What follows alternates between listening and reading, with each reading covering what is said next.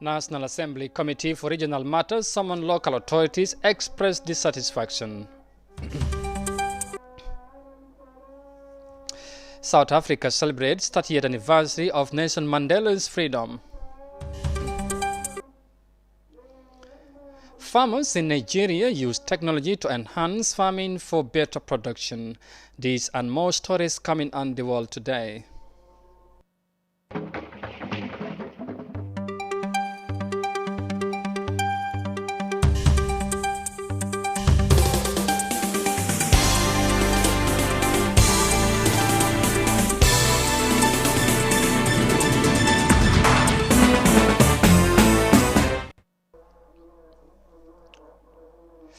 Hello, it is 1700 GMT here in our studios in Banjul. You are watching The World Today. I am Amadou Kante and the news in detail. In efforts to ensure effective and efficient service delivery at local governance level, the National Assembly Select Committee responsible for regional government and related matters summoned the local authorities to discuss a way forward. Member for National Assembly expressed frustration in the way and manner local government is being managed in the country since they assumed office in 2017 under the government of President Adama Barrow. In this insert, Bakarin Jai, National Assembly member for Bundunkakunda, gave a hint on the convergence. It's been 3 years in our work as an oversight institution to make sure that the councils perform up to expectation. The function for the councils to function, it is our responsibility to make sure that councils function as they are expected or mandated by the law. And we have been frustrated for these past 2 years. What has been happening? Councils were coming here, we were sending them back and forth to make sure that things are done properly. Because our problem is we cannot allow things to go on as usual as they were going on.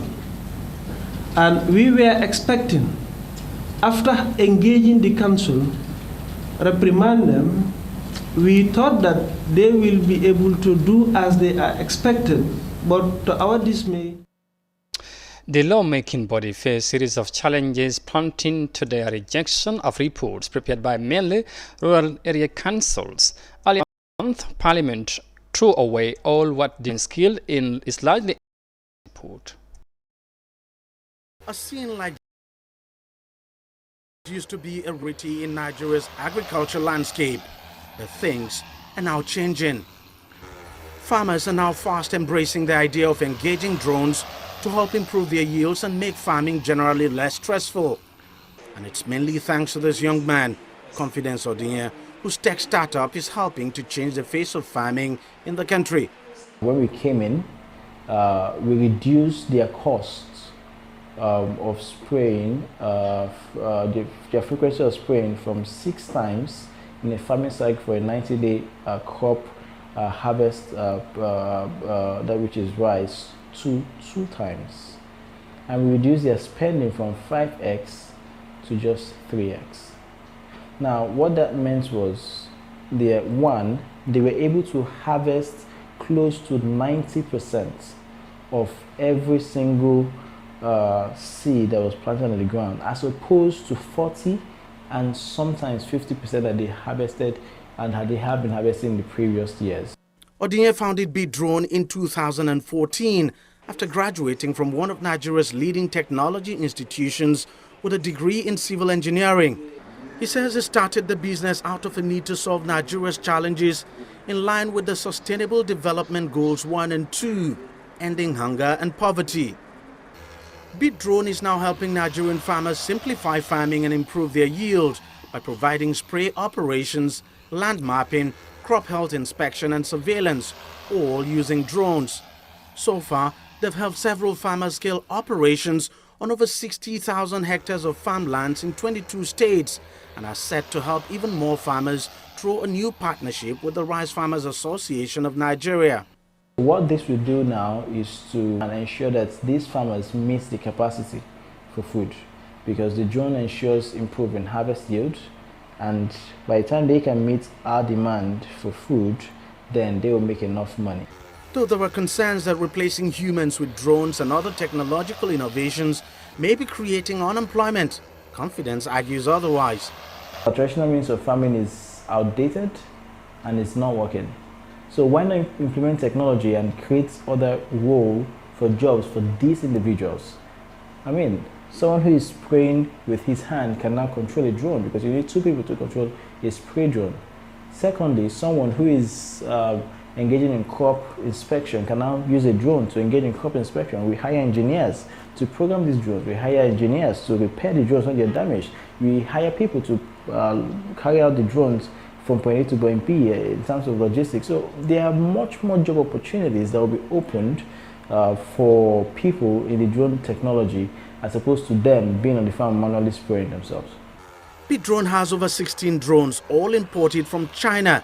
Petodinia says he's working to establish a drone manufacturing center in Nigeria that will produce 3,000 drones every year to aid not just agriculture, but also entertainment, security and inspection of oil and gas installations.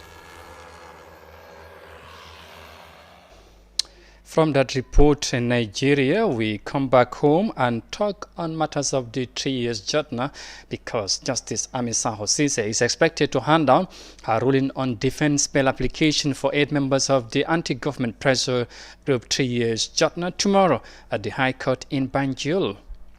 The 8 men appeared before the court on Tuesday but could not be granted bail. Their lead defense counsel, Rachel Y. Mendy, said the bail application have been overshadowed by a series of events. The pressure group members, who are charged by police prosecutors on 3 counts of unlawful assembly, rioting after promulgations and riotous demolition structures, were amplifying their call for President Adama Barrow to step down. The group comments its campaign for the president to respect the 3 years mandate agreement he had with the coalition political leaders before the 2016 presidential elections a year ago. Justice Amina Hosise has now adjourned the matter to tomorrow for the prosecution to respond to defense submissions before she could hand down a ruling on the bail application. Tomorrow will be the 4th time of their bail hearing. And from that development of the 3 years judgment, we will now take a break and come back shortly with the remaining of the stories. Stay with us. We'll be right back.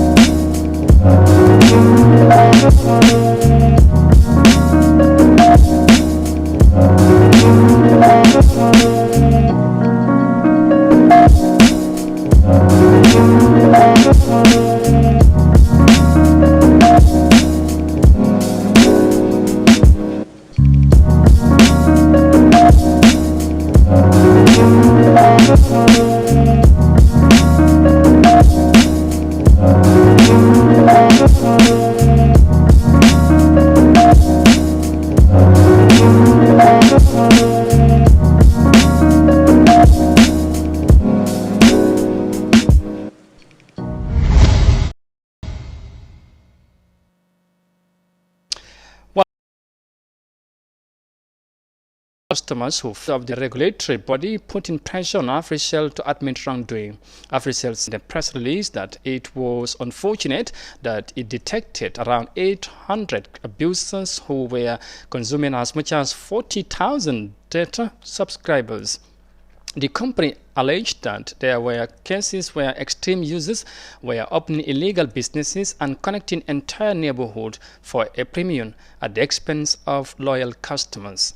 Africell has agreed to refund all affected subscribers with the credit used to buy the unlimited bundle and order given by Pura. The Lebanese-owned GSM operator apologized to its customers for the inconveniences and pledged to continue to work hard to provide quality services. And from the development of AfriCell and its customers, next we move to Burkina Faso, where residents in the northern country continue to grapple with hardship due to the crisis in the region. Children in the area are the most affected, with some of them facing difficult learning conditions as situation in the area continues to deteriorate. Classes are usually conducted in open space due to displacement of people. Officials describe the situation as unfortunate for the education systems. Details of that in this report. The violence in northern Burkina Faso has taken a heavy toll on the local population, but especially vulnerable are these little ones. They have had to endure horrifying experiences, one that led them, their parents and caregivers being displaced. And yet, life must go on, which means trying to get an education whichever way possible. Before the arrival of the IDPs, this school had registered 600 students. Now that number has doubled, extremely stretching the school's resources. The teachers have had to come up with creative ways to accommodate the extra numbers. One of those is the use of open spaces such as this one. But that has left these little children exposed to the elements. It's the Harmattan season here in West Africa. The gusty winds are blowing in huge volumes of dust. Regardless, learning continues. This is a makeshift class catering for over 100 children. The furniture is not enough. The children are sharing, 6 per bench. I think in total we have 100 learning kits in the whole school. So imagine if we have 200 pupils in one class sharing 33 books. The learning environment is quite difficult for both the pupils and teachers. The challenge is knowing each and every child, understanding them so that I'm able to teach them well. Those that are traumatized, we talk to them, we encourage them and motivate them. And there is concern also about the welfare of these children once they leave the school compound. We don't know if they have eaten at home or not. At midday, they go home. We don't know the conditions in which they are living. All this is affecting their performance. There used to be one school here, but because of the swelling enrollment due to the displacements, another school had to be established. We have an obligation to help them despite the challenges, because if we don't help them, we are creating more problems for the children. Life has not dealt these children a fair chance of getting a proper upbringing, and yet they remain full of life, grabbing at every opportunity to better their future prospects. From that report there in, of course, Burkina Faso, we would come back home and talk on matters of the OIC, because the Gambia OIC Secretary has announced the appointment of Mrs. Binta Jammeh Sidibe as the chairperson of the local organizing committee for the 16th Head of State and Government Summit of the Organization of Islamic Cooperation, which will be hosted by the Gambia in 2022. The appointment by the OIC Board of Governors takes effect on the 1st of February 2020. Mrs. Jammeh Sidibe is a seasoned public administrator, retired and a renowned gender activist who served in various capacities in the Gambia and beyond for more than 40 decades. She is the current representative of the Gambia on the Turkey-based OIC Women's Consultative and Advisory Council. She also doubles as the chairperson of the Gender Policy Committee of the OIC General Secretariat, which is based in Jeddah, Saudi Arabia. In the past, he has presented a report on behalf of the government of the Gambia at OIC ministerial conferences on women in Azerbaijan and Turkey, respectively. Mrs. Binta Jammeh Sidibe is widely recognized as a strong advocate for women's empowerment in the country. She is the current executive director of the Associations for Promoting Girls and Women's Advancement in the Gambia. Previously, she served as the executive director of the Women's Bureau. And from that, of course, development of the OIC, next we move to South Africa, where South Africans are celebrating the 30th anniversary since the Constitutional Hill. The Constitutional Hill is a living museum telling a journey of South Africa's democracy. It's also home to the country's constitutional court. 30 years ago, Nelson Mandela was released from Victor Verster prison, now known as Drakenstein, after having spent 27 years behind bars. Mandela walked the streets as a free man and hundreds of fellow ANC comrades alongside him. It was a historic day for Black South Africans, and thousands came out to celebrate the moment and to listen to Mandela speak. A number of commemorative events are taking place across South Africa in remembrance of that historic day. Here at the Constitutional Hill, the ANC is showcasing various artifacts depicting the 30-year journey of both former President Nelson Mandela and his organization. To tell the story of our rich liberation heritage through the power of artistry here at the Constitutional Hill, an important site to have emerged through our heart-earned freedom. His release from prison and the unveiling of the liberation movement on the 2nd of February of the same year, 1990, marked a new chapter in the history of our nation. The Secretary General says the best tribute the governing party could pay to Mandela's legacy and his generation would be to ensure the unity and renewal of the ANC. The nation owes a debt of gratitude that we'll never be able to repay in our lifetime. The best tribute we can pay in honor of the legacy of Nelson Mandela and his generation is to strengthen the ANC by devoting all our collective efforts towards the unity and renewal in our movement. Mandela passed on in 2013. His legacy lives on. South Africans there continues to remember Nelson Mandela, a man who fought for democracy in South Africa and passed away in 2013. Well, viewers, that's all we have for you in this news bulletin. But of course, for more on these stories and others, you can log on our website on iafrica.tv.